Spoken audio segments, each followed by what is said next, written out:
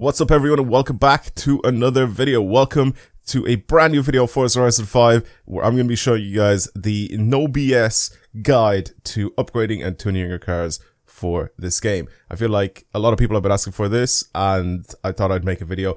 It's going to be short. I'm going to try to get through this very quickly. If you want to rewind the video and watch it again for certain parts, you can do so.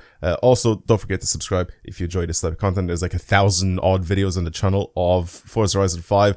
I was playing it since it came out on the Xbox and the PC, so you guys can check out all of that content as well if you enjoy this sort of stuff. Anyway, let's get started with the video and I will show you guys pretty much everything. Now in today's video, I'm going to go through a bunch of the upgraded parts that you can put on your car and also how they affect your car's performance when you're racing around the track. Of course, it'll be different if you're doing off-road races. Of course, it'll be different if you're trying to drift. I'm going to be basically showing you guys what the parts do and how it affects your car pretty much. I'm not going to be giving you guys the best tune for each specific car because that's going to take way too long. I'm also not going to be giving you guys the exact same tune or this very specific tune for a very specific track because again that changes as well. But I'm going to introduce you to the way the upgrading and tuning works in this game, where hopefully you guys can try and experiment yourselves and see how you get on and basically help yourself to learn how to upgrade and tune cars in this game effectively, where you will have no problem like beating driver tires or racing online or anything like that.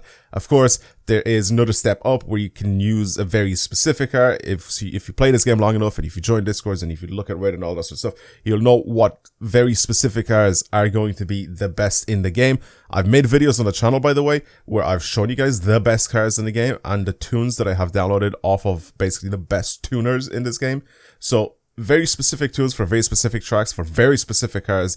I'm not going to be going through all of that. I've done that in previous videos, so you guys can go and check that out. In today's video, like I said, it's just a very bare bones, no BS guide to upgrading and tuning your cars in this game. And now we'll start off with the platform and handling part of the upgrades, where in here you'll find some suspension and brakes changes. Now this car already comes with carbon ceramic brakes, so you're not actually going to see the option to change the brakes on this car, since like I said, it already comes with them. So technically this is on race brakes. You can also adjust the pressure for this, and you can adjust whether it's very front biased or rear biased, and I'll show you guys that when we get into the tuning part of this thing.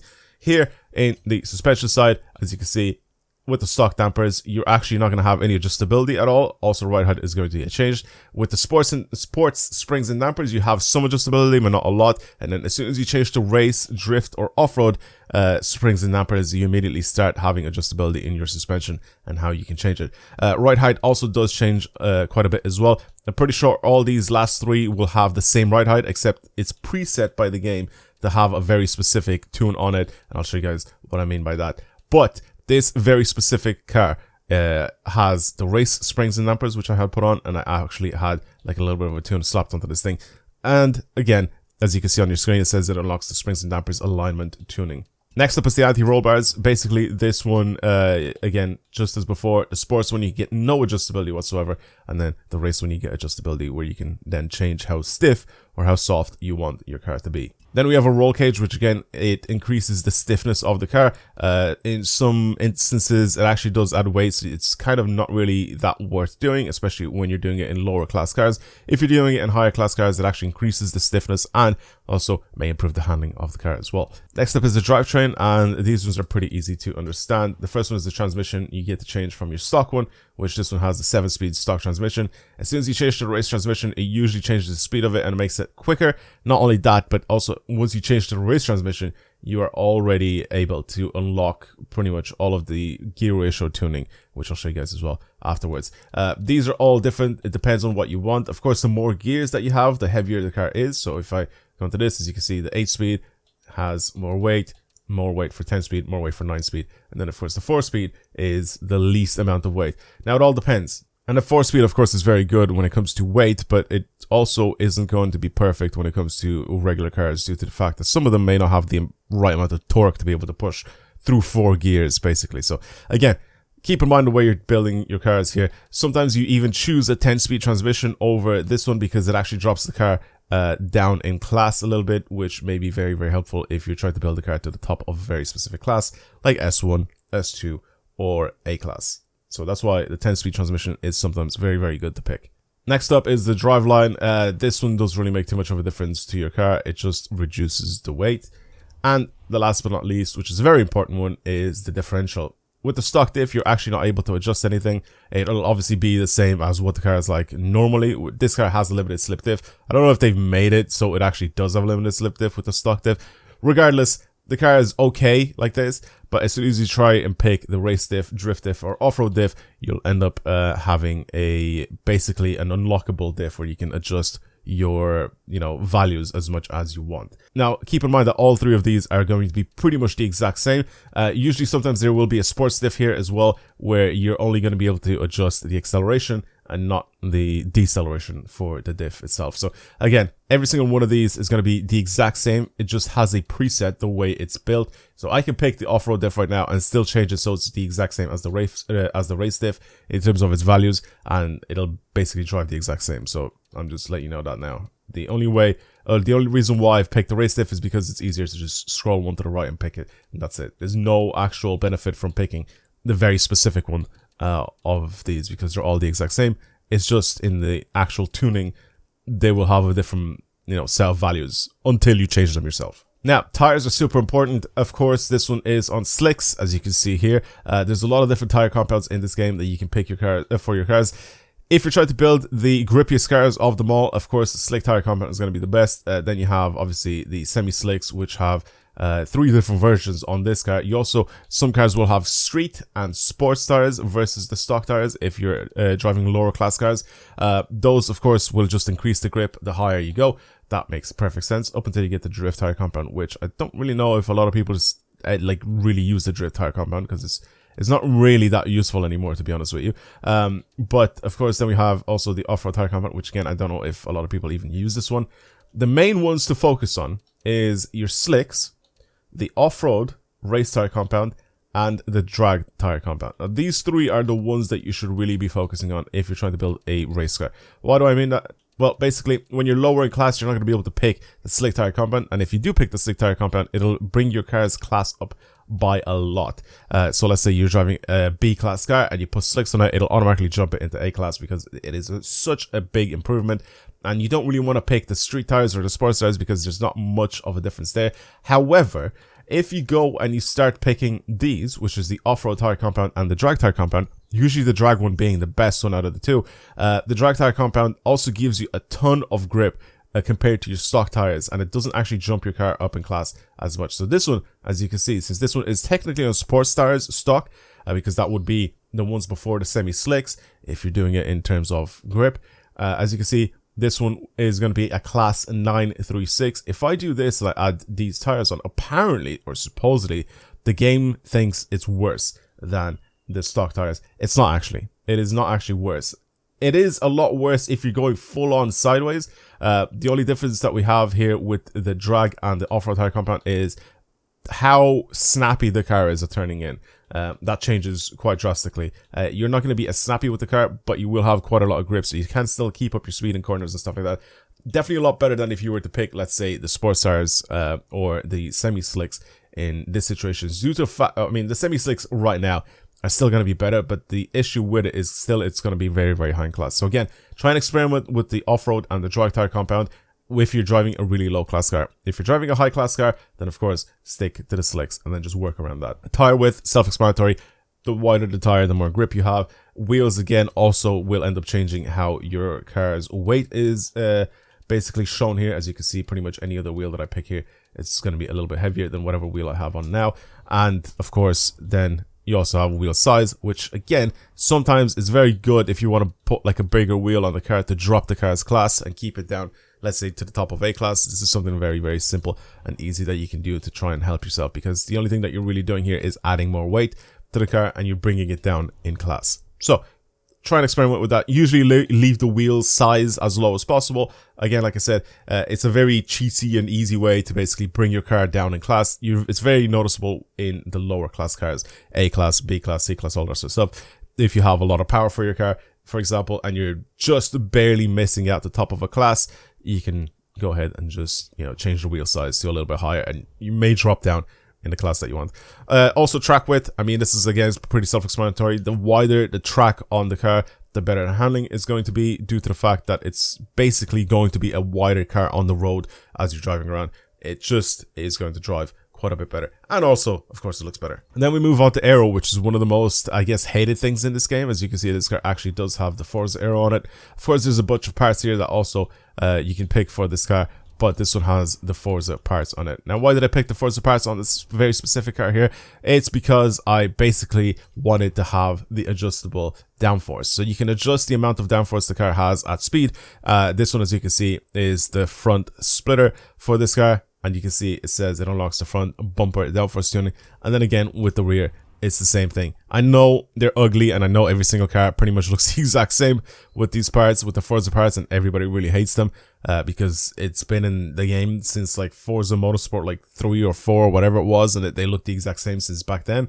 But again, it is needed if you're trying to build a fast car. In some instances, you can run without them if you're doing any sort of like crazy, ridiculous power builds and you're trying to get the car to be fast, like really, really fast. Of course, this you can get rid of, and it does actually drop the car in class by quite a lot with the front one. But the rear one usually drops it down in class quite a bit if you pick it, as you can see. So rear one is actually not even that bad of an idea to slap on, really. But again, it unlocks the tuning for downforce for both the front and the rear, and it is quite necessary for a lot of cars. Now, for the tuning side of this thing, I have reset everything back to standard, just so you can see pretty much as soon as you buy the part and you add it onto the car, how exactly it's going to look and how you can change every single one of these.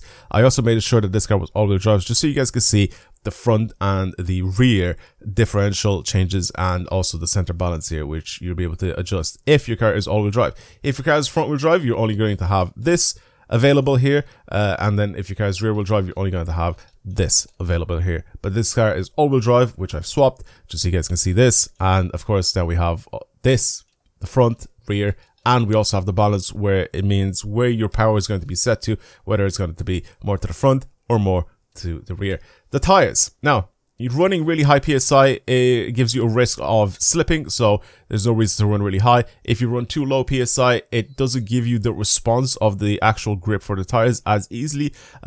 Somewhere in the middle would be, I'll say, around the 27 or 28 odd mark. Somewhere around here would give you definitely a much better feel of the way the car drives. You can go stiffer, you can go softer. Again, experiment yourself, see how the car handles, and you'll be able to kind of adjust everything to the way you like. But that is kind of what I like and what I think works the best. These are each individual gears. Now, speed and acceleration, this is laid out very, very easily in Forza, where you can see the final drive, which means pretty much all of the gears together. You're not really tuning or adjusting all of the gears together, but you're adjusting the final drive.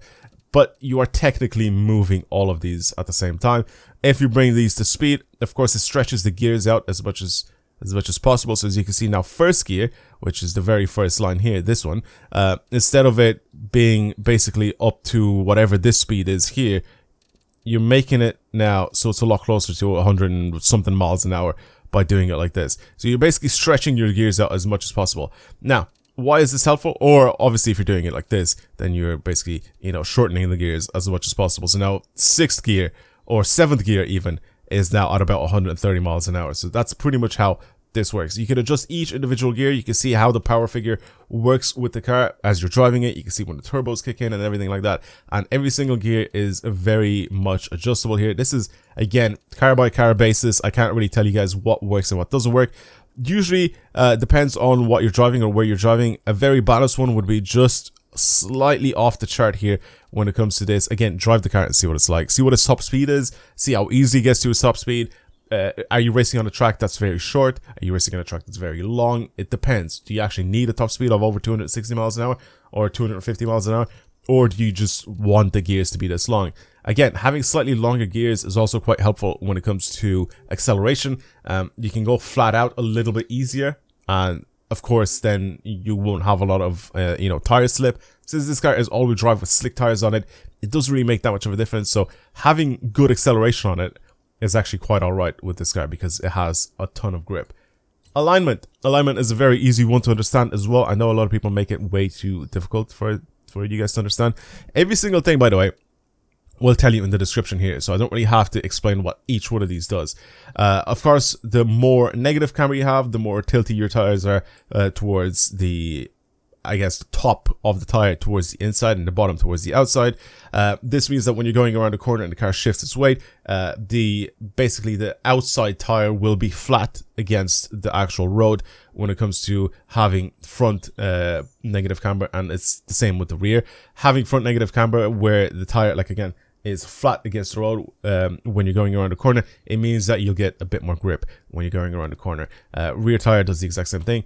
Again, adjust with the amount of negative camber that you really want, but usually you want to keep it somewhere in the negatives when it comes, especially to the front end of this thing. Even in drift cars as well, you kind of want a lot of negative camber in the front and pretty much almost none in the rear, because you want to get yourself pushed along when you're doing stuff like that. Toe, again, is very simple. The inward and outer toe, basically the way the wheels are facing more inwards or more outwards, and of course these are changeable again by themselves. The more inward or outward the toe is, it will affect your top speed for your car and the way it accelerates. Then of course it's going to be a lot slower. However, if you're trying to get a car to turn really, really well, this will increase the sharpness of it. This will make it less sharp. It also depends on pretty much the way you build the rest of your car and how sharp you want it to turn in, how basically you want the car to oversteer or understeer and all that sort of stuff. This is all adjustable just by doing this slider here. Now the caster works in tandem with all of these pretty much, so the lower caster basically helps a little bit with the actual steering in like tighter situations as well, but also it kind of reduces the sharpness of the car, where if you put it to pretty much as high as possible, the car will turn into the corner and it will immediately want to try and go back into a straight line again, and you just kind of have to basically fight it to try and get it to go around the corner. But that doesn't mean that the car is actually handling worse. I usually run really high caster as well for a lot of my cars, so you guys can basically experiment with that and pretty much see how the car drives for you. But usually it's very noticeable when you're driving around a corner and you kind of like try to steer back into the dead center again, or you're trying to let the car basically go back to the dead center again. Caster does quite a lot of that for you, and you can basically try again and experiment with that, especially if you're running the different camber and toe settings and how that will affect your car's stability in speed or even just around corners. Now the anti-roll bars, springs and dampening, I'm going to go through these quite quickly because these kind of do the same thing. No, they don't really do the exact same thing because it's not the exact same part, but they do basically adjust how stiff or soft your car is when it turns into corners. So that's pretty much why I'm saying that. So again, anti-roll bars, the stiffer you want the car to be, basically the stiffer or the less it will end up leaning onto your tires, which again, it just means that you have to run very specific camber and toe values for that. But here's a very quick guide to it. The softer you make the front compared to the rear, the more oversteery the car is. And that goes the same way for springs and dampers. If you make your car soft for the front and stiffer on the rear, your car is more oversteery. If you change the rolls and it's backwards, and if your car is now running too stiff front end and too soft of a rear end, your car will become way too understeery in corners. Of course, you don't want absolute extremes for all of these, which means that you're going to have to experiment and see pretty much what you like, along with the alignment settings that you have set for yourself here as well. So again, there should be a balance in the way that you want your car. I usually like my car to be slightly oversteery, so I usually try to run slightly softer front end over to instead of the rear. Again, that is pretty much very much just the way you like to drive, and basically pretty much how the car is as well. Because of course, if the car, you can see it struggling to keep traction in the corners, and you see that it's way too oversteer. Let's say your back end just steps out every single time you go into a corner, and it doesn't just rotate, but it basically just makes you go into a slide every time. Then you stiffen the front end, you soften the rear end, all that sort of stuff. But that is pretty much how that whole process works. Aero, pretty self-explanatory. How much downforce do you actually want? Of course, the more downforce that you have, the less top speed you'll end up having, and acceleration is also going to get affected as well. Depends on what track you're driving on. Let's say you're driving on a really, really long track, something like a sprint race, then of course you don't really want a massive amount of downforce when it comes to cars, due to the fact that you're just going to be affected a lot in the straight line speed of it. And since a lot of the track will be straight line speed, you just really don't really want that much downforce. So again, this is adjusted, of course, accordingly, depending on what track you're driving on. If it's a really tight track, then of course you can have as much downforce as you want, because you're only going to reach about, you know, let's say like 200 miles an hour max for a lot of the tracks, especially if you're driving a car like this M4 here. So you don't really need that much. I usually like to run slightly larger front downforce than the rear, for example, because I want the car to kind of oversteer more. Like I said, this is kind of how I like my cars to drive.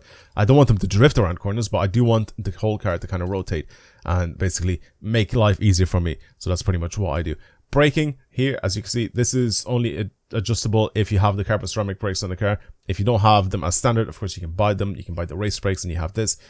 Braking pressure, pretty much how high you want it. I mean, 100% is 100%. Like, you press down on the trigger on your controller, and if you press it all the way, then it'll be 100%. If you press it down halfway, it'll be a 50%, depending on how quickly you want your braking force to reach 100% as you're pressing down.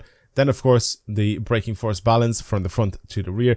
Pretty self-explanatory. If you want it to brake harder in the front than the rear, you can change that and adjust it so it brakes harder in the front. If you want it to brake harder in the rear, you can brake harder in the rear. Up to you.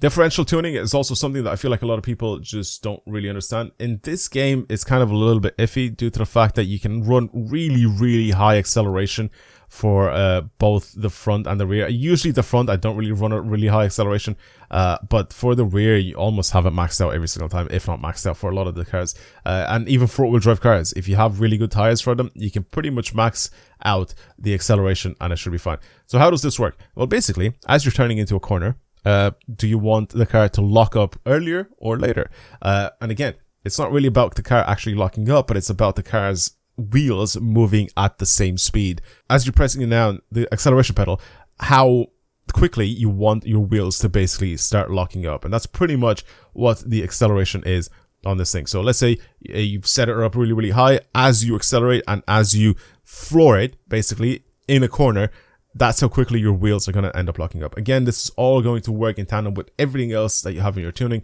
So let's say if you have really good tires, really good suspension setup, the way your car is leaning onto your rear tires, it should still be able to have a lot of the grip going into those tires and actually putting it down on the road.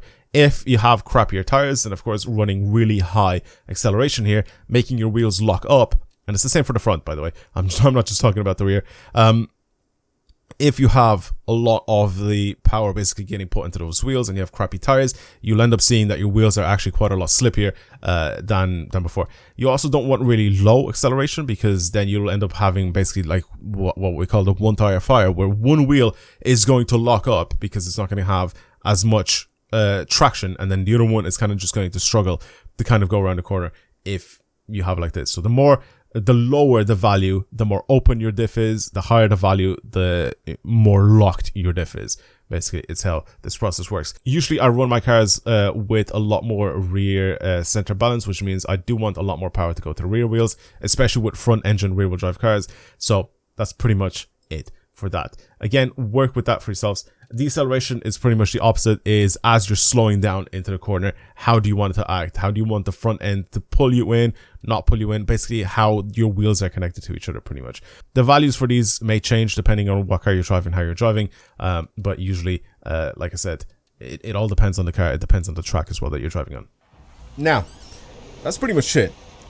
I also want to say that not every single car is going to be tuned the same way. Not every single car is going to drive the exact same way. So I feel like you're going to have to try and experiment and see what you like and what you don't like with the cars.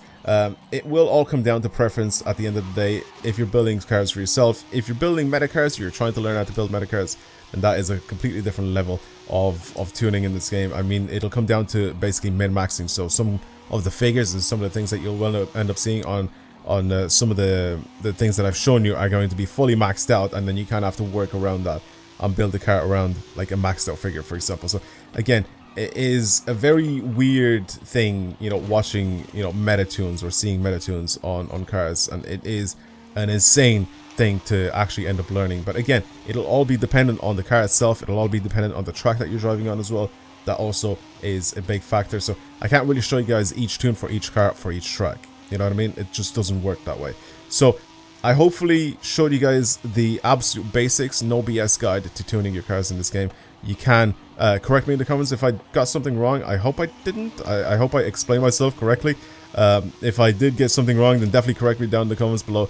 And you can then flame me in the comments if I got something wrong. But I think I got what I wanted to get across pretty much correctly. So hopefully you guys can... like I said, correct me down in the comments if I am wrong with that. Of course, some of the big boy tuners are going to come over to the video and obviously you know, say, you know, do this or do that for very specific meta builds and how you want your cars to be in this game. Like I said, I've just explained to you guys kind of what the basics of everything does in the game. And again, just kind of helping you get started with the tuning and the upgrading in this game, due to the fact that I don't really want to just say, here's this tune, use this tune instead.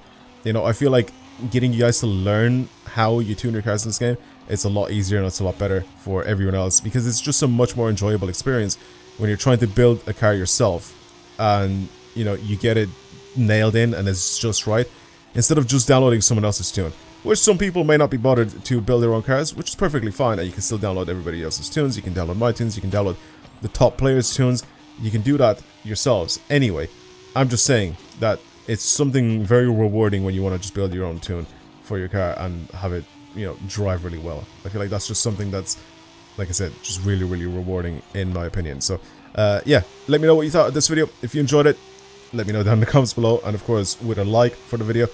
But for now, that's pretty much it. Again, thank you for watching, and I'll see you guys in the next video. Goodbye.